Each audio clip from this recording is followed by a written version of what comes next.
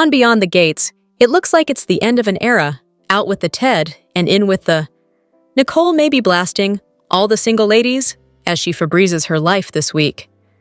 The ups and downs on our favorite soap have taken us for a heck of a ride in the almost 6 short months it's been on our screens.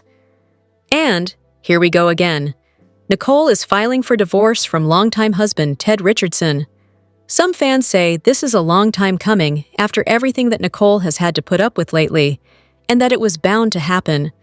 What was supposed to be a celebration of decades of marriage and love became a nightmare for Nicole when her anniversary party destroyed her perfect world. Nicole was blindsided by the reveal of an affair, a secret daughter, and the daughter and mother conspiring to rip the rug out from under her and her family. Nicole felt like the hits kept coming.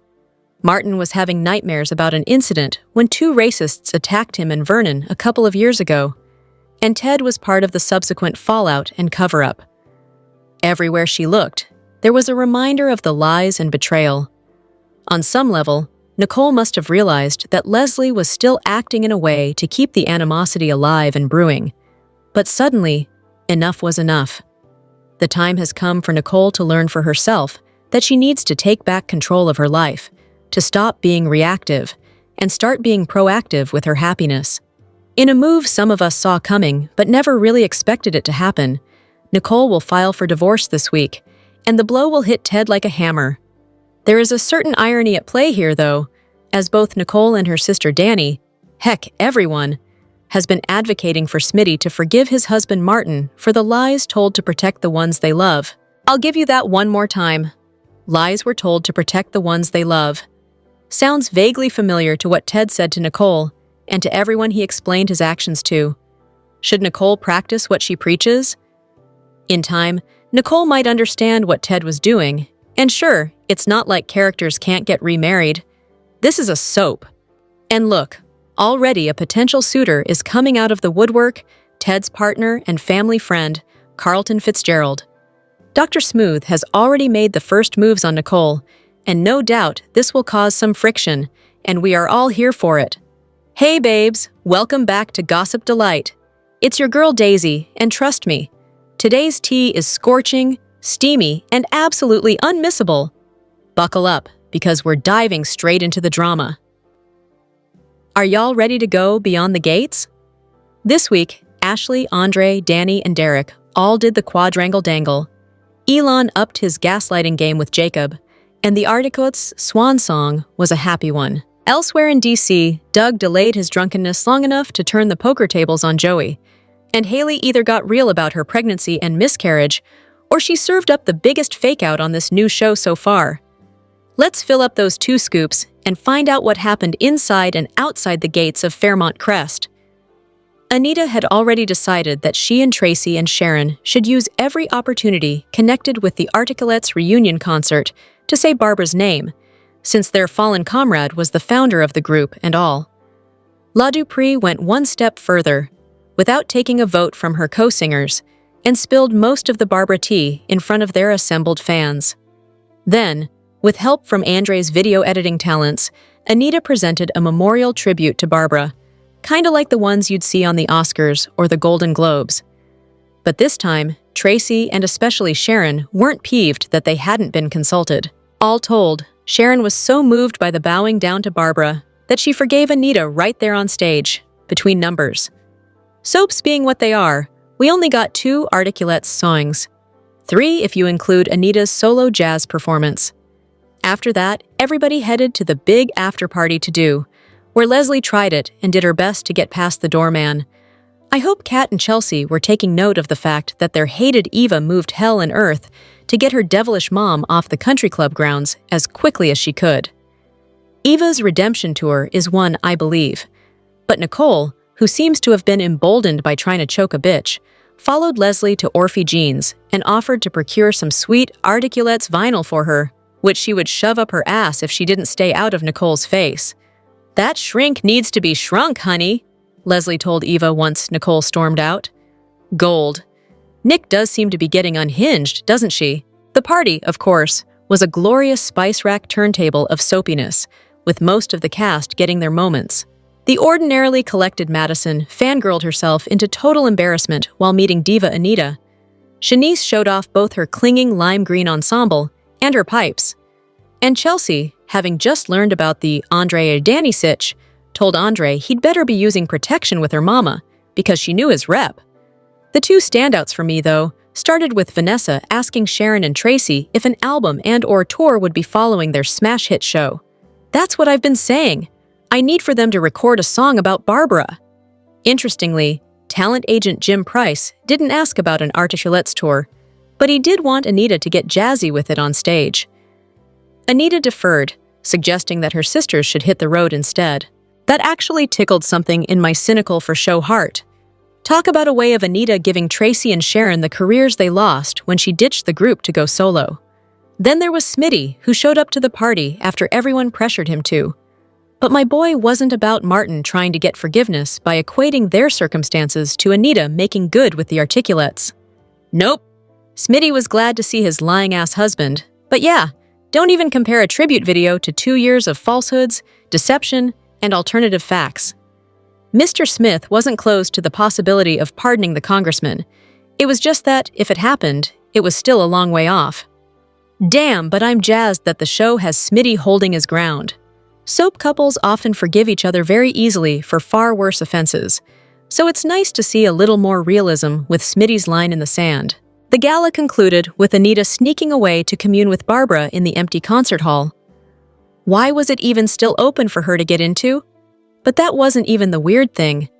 While Anita spoke to the ether, her Barbara tribute video came back on, and when Anita hoped she had earned absolution, she was suddenly bathed in a warm, affirming spotlight. Cute, but is the implication here that Barbara was doing tech from the abode of the angels? Or was somebody in the booth who queued up these stage components at just the right time? Gates has steered clear of most of the suspension, disbelieving that other soaps have stretched past capacity over the years. Which makes me wonder what was going on there. Was it simply a moment, or was someone working behind the scenes that Anita should be watching out for? And why didn't she question any of this stage trickery? I loves me some Shanice, but I know she did not get in there while Carlton was trying to be all smooth with Nicole and distract her with news of Martin's mopiness. Thankfully, the next day, Carlton found Ms. Dupree Richardson at the Fairmont Crest banquet room, though I couldn't ascertain whether it was a breakfast meeting or a bump into. At any rate, Carlton picked up where he left off, and Nicole was into it. After her misery of the last 3 months and her stepping up to the line of insufferable in terms of her indignation that went from understandable to righteous over the secrets being kept from her, it was a joy to see Nicole laughing and being silly. Ted saw it too, and wasn't he all but hurt, especially when Nicole gloated that seeing Carlton was an unexpected pleasure. Team Gnarlton, anyone? Sicole?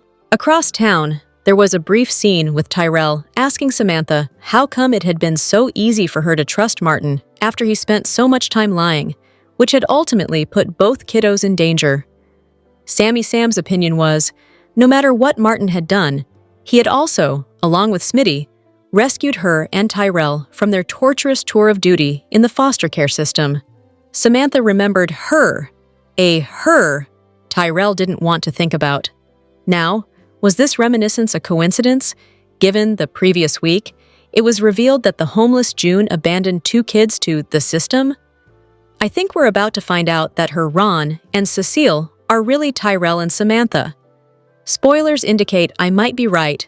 Stay tuned for that one. It has the potential to be delish. 6 feet over the ground, Kenneth may have spent the past few weeks 6 feet under it, but his ghost still prevails. Naomi finally had her conversation with Fixer Bill, which started, "Have you had anyone murdered lately?" Listening to Bill's explanation that he'd had to stop Kenneth after the racist stepped up on Martin's teenagers, Naomi hated that her dad had declared himself judge, jury, and executioner. But Bill wasn't apologizing for his scandalous ways, and he told Naomi that if she was going to shun him again, she'd also have to shun her grandparents, Martin, and even Danny and Nicole, since they had been brought up to speed before her. Bill is the king of gray areas, and it was hard to argue his logic, despite the extreme measures he took. And now, with Naomi keeping Kenneth's death a secret from Jacob, She might be spending time in that gray area as well. Speaking of Jacob, I forget why he popped into the back room of Lakeview Casino like he belonged there, but he caught his dad shaking hands with Joey, which set him off. Once Joey gave the Hawthorne boys some privacy, Jacob wanted to know how long Elon had been crooked and decried having ever looked up to his top cop pop.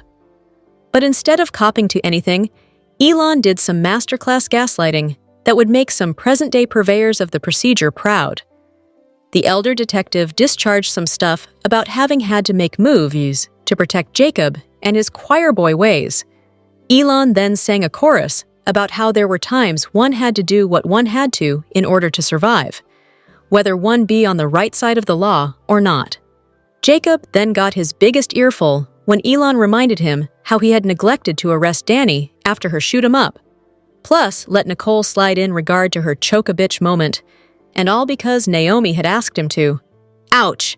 And digging into the show's first week to make a point, Elon managed to make Jacob the bad guy, completely sidestepping his own complicity with Joey by letting Jacob know that he wasn't going to launch an investigation into his son for dereliction of duty. Dude, Elon knows how to control Jacob, doesn't he? Every time the younger Hawthorne confirms his instincts, Elon muddies the waters and makes him doubt himself. Don't let him confuse you, Jake. Fight the conditioning. Who knew that something as mundane as a set-aside box would cause such turmoil?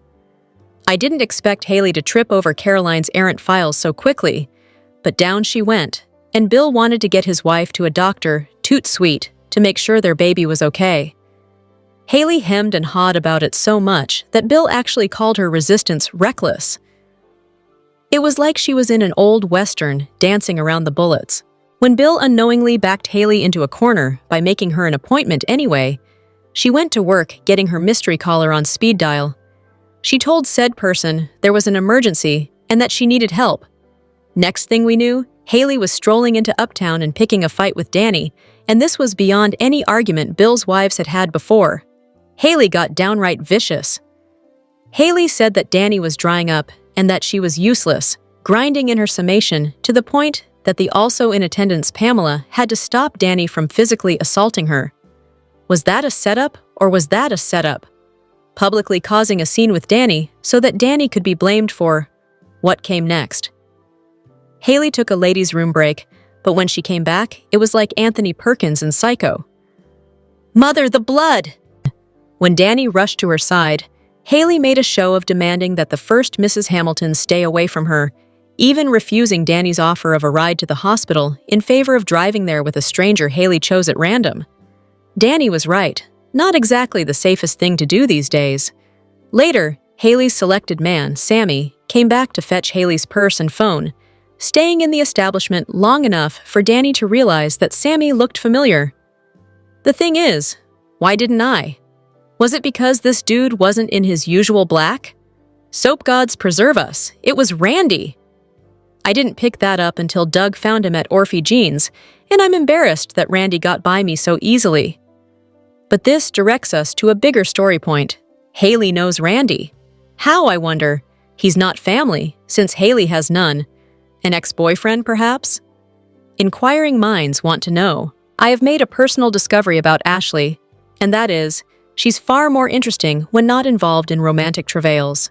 And that's like a lot of people. Smart otherwise, but with a plummeting IQ in affairs of the heart. Ashley panicked and called Naomi, but instead of talking up her amorous impasse, she let Naomi lead the convo. And what Naomi led with! The besties got into the topic of Bill's impending third round at fatherhood, since Naomi had just visited Bill and peeked at the ultrasound of her half-sib after, accusing Pop of murder. Motormouth Ashley got quiet, and Naomi knew that was code for Ashley having info that she didn't want to spill. After some back and forthing with this, Ash actually said she couldn't go into it owing to doctor-patient confidentiality, which was a good block. But lawyers are about loopholes, and Naomi suggested that Ashley could get around her HIPAA holdout by talking in generalities instead of specifics. That made for a humorous beginning with the two consciously pretending they didn't know damn well who they were talking about. But then Ashley did it. She explained that she'd been told Haley hadn't ever had the ultrasound that she'd said she'd undergone, Naomi was confused because she had just seen an image from that very ultrasound that Bill had shared with her. The only light Ashley, who is much more enjoyable in work mode, could shed on things was relaying that she'd heard Danny's insistence that Haley had invented a pregnancy as a way of holding on to Bill. There was also the possibility that Haley was doing so because she was afraid that Bill would go back to Danny. Mrs. Hamilton Hawthorne pshawed that theory, declaring her mom and pop donezo. But there was enough of a disconnect that Naomi decided she was going to get answers straight from Haley's mouth. She arrived at the Hamilton crib only to find Haley in her PJs, and of course not knowing that Haley had just come from the hospital. Before Naomi could get Haley to talk about her baby, if there even was one, Bill showed up. He had just been contacted on the Danny line about the dust-up at Uptown. Bill was so astonished to find Haley home from the hospital already that he was ready to call down there and read out some riot acts. But that wasn't necessary, Haley informed her husband sadly, because she had lost their baby. Bill was destroyed, but Naomi stood there like she was thinking, what does Heffa pulling now? Yay! Gates sent Bill out of the room for him to get some tea, and well, for us to get some too. But what they served left me with more questions than answers, in a good, soapy way. Haley told Naomi that she really had been pregnant, and when she had gone to the hospital weeks earlier during her cramping episode, she'd been terrified to have an ultrasound in case it showed she'd had a miscarriage. So once the pain subsided, she went on her merry way. According to Haley, she'd said she'd undergone a sonogram and printed out an image of one from the internet, which she could present to Bill so he would quit asking her to have a follow-up. It had worked, but Haley hadn't been able to broach the subject of their baby potentially already being gone, not with him doing safety checks on strollers. But now her body had ejected the fetus, and all she asked was that Naomi not let on that she might have known about it earlier. Naomi surprisingly covered, but either this is really what happened, and this version of events would even substantiate it, or it's snowing in D.C. in August, from the snow job Haley just pulled. Even by her truth, she still staged a miscarriage and got Randy to bring her fake blood, or, at the very least, planted him among the onlookers Haley knew would be there so she'd have a safe escort out of Uptown. Bill had been on his way out of town, and Haley made sure Danny knew she wasn't welcome at the hospital, so there were no witnesses there either. If Haley even went to Garland. That's the thing. This saga is so interwoven that I can't tell what Haley's lying about and what she isn't. And frankly, I love it. Gates's trajectories have been very hard to predict, and certainly other soaps could learn from that example. What do you think? Was Haley honest with Naomi? Did she have a miscarriage earlier, or was the blood on her shirt at Uptown from losing her baby in that moment? Was Danny right that Haley was never pregnant to begin with? I don't usually get caught up in baby stories, but this one has become ever so tantalizing.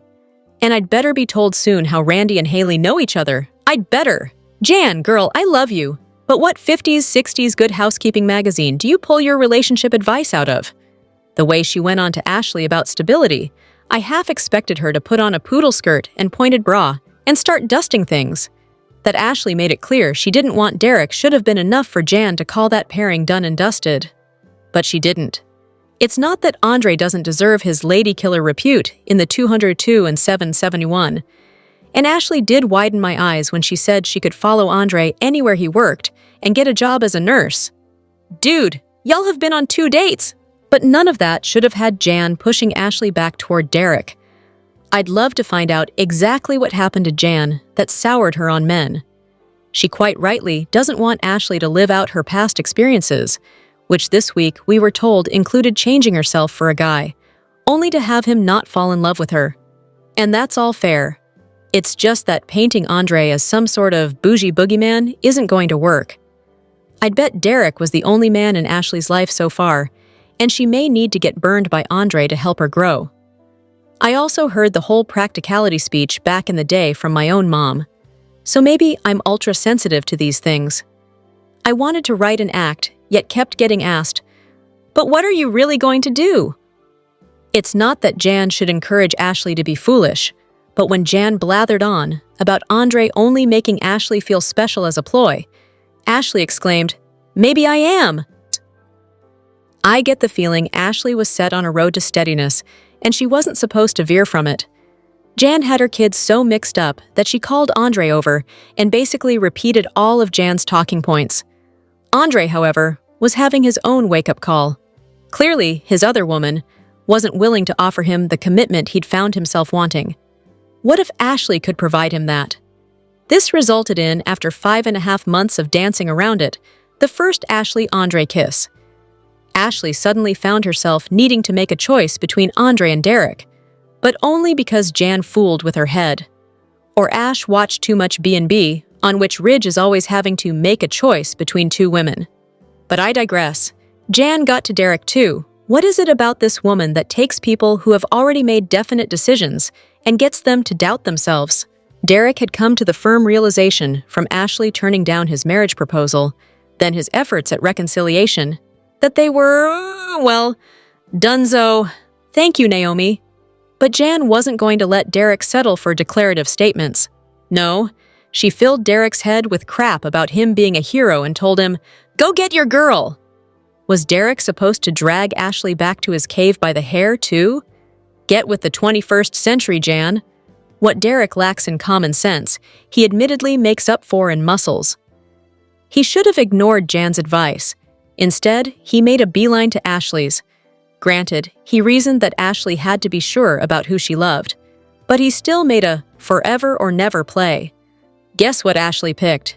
Give it up, Derek, and take Shanice's advice to get over Ashley before getting with another girl. Hilarious. Derek got friend-zoned twice in 1 week. However, Derek, if you want help with your rebound, my area code is... What kind of upside-down world are we living in when Danny Dupree is threatened by Ashley Morgan? Danny told Pamela as much as they sipped martinis, and I couldn't believe it. I mean, it was honest, but I still couldn't believe it. I know. Danny's confidence has taken a hit since Bill's abandonment. In true Danny style, she said that Ashley would burst into flames trying to handle Andre's sexiness. I can see that. Can't you? I did like that Danny wasn't just a catty bitch about Ashley. She could have been, and she could easily wipe the floor with the nurse. But Danny appreciated Ashley for being so skillful during Bill's stroke, and she did want to see Ashley with a good man, just not hers. I hate sharing, Danny laughed, but after she essentially had to share Bill with Haley for a time, I got the feeling it was much less of a joke than it seemed. Andre had told Ashley that it was time he had a conversation with Danny, so it seemed like he was about to write a Dear Danny letter. Only before he could deliver it, Danny went into a tailspin about Haley's blood-soaked ordeal, then the miscarriage she'd apparently had, and Danny couldn't stop blaming herself. Andre basically had to scrape Danny off his ceiling. Did that damage the paint? Danny battled herself, acknowledging her tendency to use Andre as her emotional support hunk. Andre replied that just because they had the friends with Benny's thing going on, it didn't mean they weren't actually friends as well. He mentioned that more than once, as if to prepare his sometime lover. But then he got all kissy-face with Danny, which Ashley witnessed. Now can Ashley hold a candle to the heat Danny and Andre's lips were generating? No! Ash, y'all are dunzo! But I'm having a problem with Andre right now. He dates Ashley and takes Danny to bed. He lets Danny kiss him at the concert, then feels like Ashley is his safe space. He's ready to let Danny down, but then kisses her? Either the shutterbug really is a world-class womanizer, or he's just gotten real good at sending mixed messages. If he keeps this up, he's gonna end up with 2 broken hearts on his hands. And once Derek and the Duprees build up a head of steam, Andre could end up being fixed like Kenneth. I guess Doug was screwing up his surgeries again, not from gambling like last time, but from drinking? It didn't matter, because Ted gave him a dressing down. Ted? Wait a minute, Ted is a plastic surgeon. What was he doing reprimanding a heart surgeon as if he were Doug's supervisor? Would somebody like to explain that to me? Doug didn't wait for an explanation, because he pulled a Johnny paycheck and said, "Take this job and shove it." Doug called Vanessa, who had just given her Is He Cute or Not Accountant the business about her business suddenly receiving tidal waves of money because of Joey's laundering, and Dougie was clearly feeling his huevos.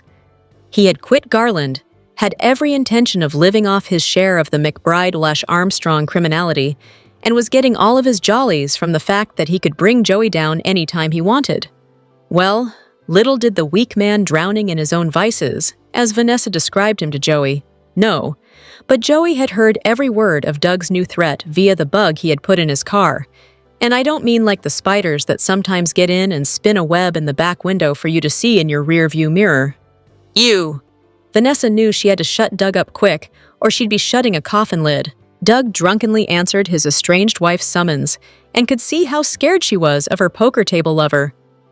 Yeah, that's been pretty obvious since Joey admitted to offing someone, and basically threatened Van with a similar fate.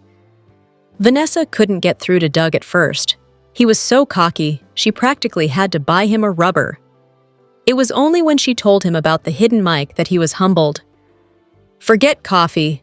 Nothing'll sober you up faster than finding out a mobster is 2 steps ahead of you. Doug had further reason to get a pit in his stomach when Vanessa made it clear that, if Doug ratted Joey out to the police, Vanessa would do jail time as well. Ooh, I hadn't thought of that. The McBrides seem to realize their marriage is over, but at least we saw how much they care about each other, and we got the name of their son, Donald. We'd only been told before that his twin sister was Deanna. While Vanessa reported back to Joey that she had handled Doug, and Joey talked about an alternate reality in which he might be living on the beach writing novels, Doug ran into Randy at Orphe Jeans. From what I could tell, Doug bought a new phone and presumably got a new number. The device barely out of the box, Doug called Randy, whose phone buzzed at a nearby table. Knowing that Randy had barely gotten out alive from botching Kenneth's murder and stealing 10 grand from Joey, Doug thought it the height of insanity that Randy would be within 1,000,000 miles of their town. Randy said he had returned to take care of some business and was bummed to learn that his best friend's wife had taken to shagging his one-time boss. But, like a good gambler, Doug saw Randy's insanity and raised him 10 times as much. He wanted to topple the great casino king. Yeah. Well, more fool you, Randy said. Doug couldn't go to the cops with the money laundering revelation because Joey owned the damn cops. Why did Doug only then remember that Vanessa would go up the river if he mouthed off? That shouldn't even have been an option to him at that point, since Vanessa had already made that clear. But Doug's next option, it has my mouth watering. Doug remembered that one of the reasons he and Vanessa had had to keep Joey from using Randy for target practice was because Randy had been tasked with popping somebody, only to bungle the whole thing. However, if even the district attorney learned of Randy's assignment, it would likely lead to the discovery of a dead body, and Joey being convicted for murder one. Randy called his childhood bud a crime newbie, but saw merit in the idea. The only caveat was, Doug had to do things Randy's way, and the first thing Randy wanted to do was use the bug in Doug's car to manipulate Joey. Like McDonald's, I'm loving it. But wait! Vanessa finked to Joey that she had finked to Doug about the mic. Ruh-roh! Is that gonna bollocks up Doug and Randy's plan before it even gets off the ground? Or will her blabbermouth end up helping somehow? Inquiring minds, this brings us to the end of another 2 Scoops DC edition. Give birth to all your opinions about Fairmont Crest in the comments below. And, if you want us to do up more Beyond the Gates content, say the word. Until next we meet, Scoopers, live your life beyond the Gates spoilers for the week of August 11 to 15 suggest that Jacob Hawthorne will solve a mystery, while June sees Samantha Richardson and Tyrell Richardson. Plus, Y&R's Devin Hamilton Winters will finally arrive on scene. In fact, The Young and the Restless' Devin will appear on the new CBS soap during the Monday, August 11th episode and present a proposition that will blow Anita Dupree's mind. It sounds like this will be linked to Anita's recent Articulettes reunion concert. As the weekend hits, Anita and her bandmates will be asked to plan for their future. So will Devin offer an album deal or a tour? Maybe both?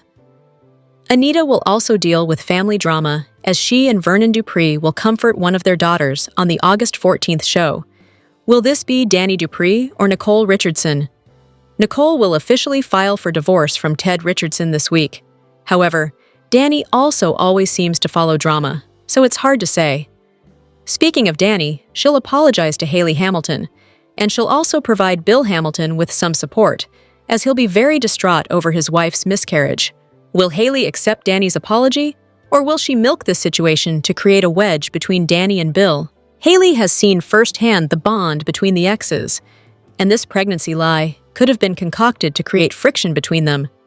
Regardless, if this is the case, Haley's plan may backfire. Meanwhile, BTG spoilers for the week of August 11th. Note that Samantha will scheme to get her two dads, Martin Richardson and Bradley Smitty Smith, to reconcile. And it looks like the plan will work. Unfortunately, there's other chaos on the horizon for this family. As Jacob will solve a mystery this week, it sounds like he'll figure out that June's kids are none other than Samantha and Tyrell. Naomi Hawthorne will break the news to her cousin and his partner, and it looks like she'll try and organize a meeting between June, Samantha, and Tyrell. June has tremendous mental health trauma, and much of this seems to stem from abandoning her children. Seeing Samantha and Tyrell may help heal June's soul. But is this the right move to make, as June is known for outbursts?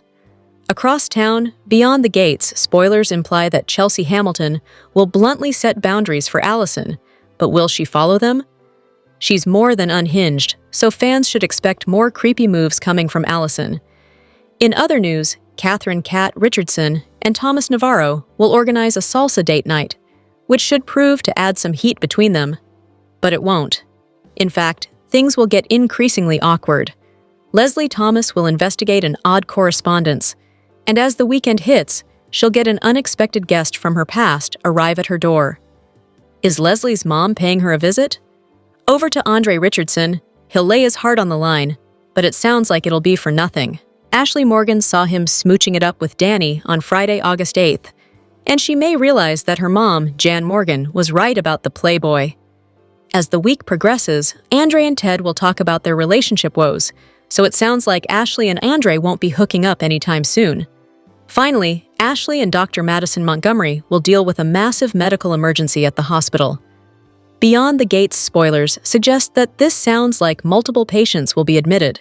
So what kind of crisis will hit Fairmont Crest? Fans will have to tune in to find out. Drop your thoughts in the comment section below. Do you agree or disagree? Don't forget to like, subscribe, and hit the notification bell for more updates. Your opinions matter, and I will see you in the next video. Thank you!